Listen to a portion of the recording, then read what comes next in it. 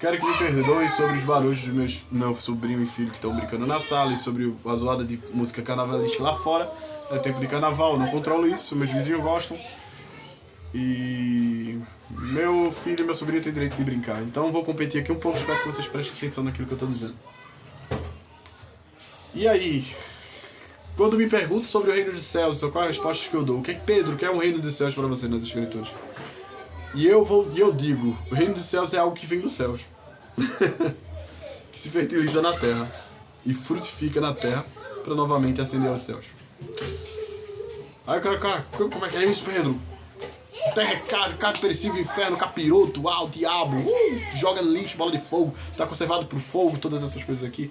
Uma forma bem escrota de ler as escrituras. E sem vergonha também. Me perdoe o peso. Mas pra mim o reino dos céus, quando eu leio, me parece ser a experiência de viver e consumir virtudes nascidas em Deus, no coração bondoso de Deus, para com sua criação, tentando revelar o melhor da criação para com a humanidade, para com os homens, baseados, novamente digo, em virtudes, em dádivas comportamentais e tal. Por que eu digo isso? Porque toda vez que Cristo fala em virtude, ele dá a ideia de imediatismo herdativo do reino. Não é nem o que irá herdar, é o herdaram. Ou é, não é que será. O reino dos céus será das criancinhas, é das criancinhas, né? Dos pobres de espírito, se eu posso ver aqui, nas bem-aventuranças, você vê até o que a terra será dos mansos.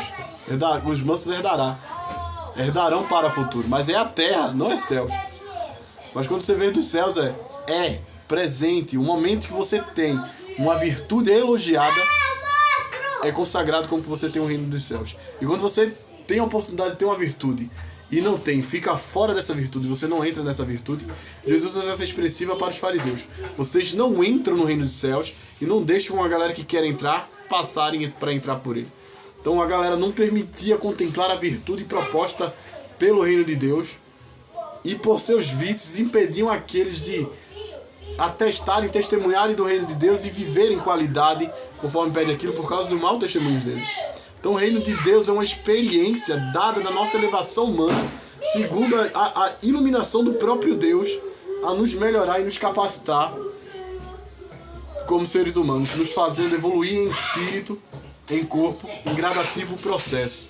À medida que aí Jesus vai usar termos como mortificação contínua para que possamos nascer de novo.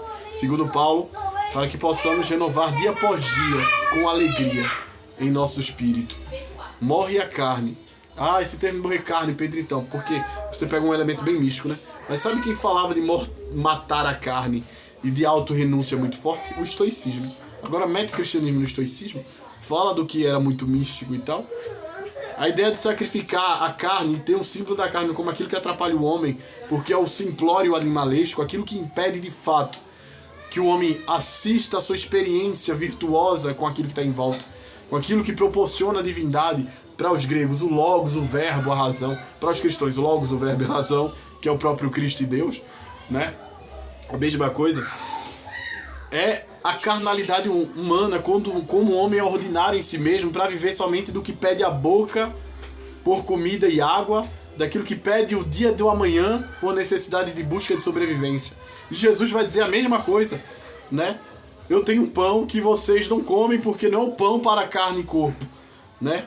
É um pão que é para o que não faz crescer osso e carne, mas faz desenvolver e crescer e amadurecer o espírito, que fortifica esse lado do ser humano, que muitas vezes a gente, por ser atenciosos para o lado natural das coisas, não vamos atrás do extraordinário, né?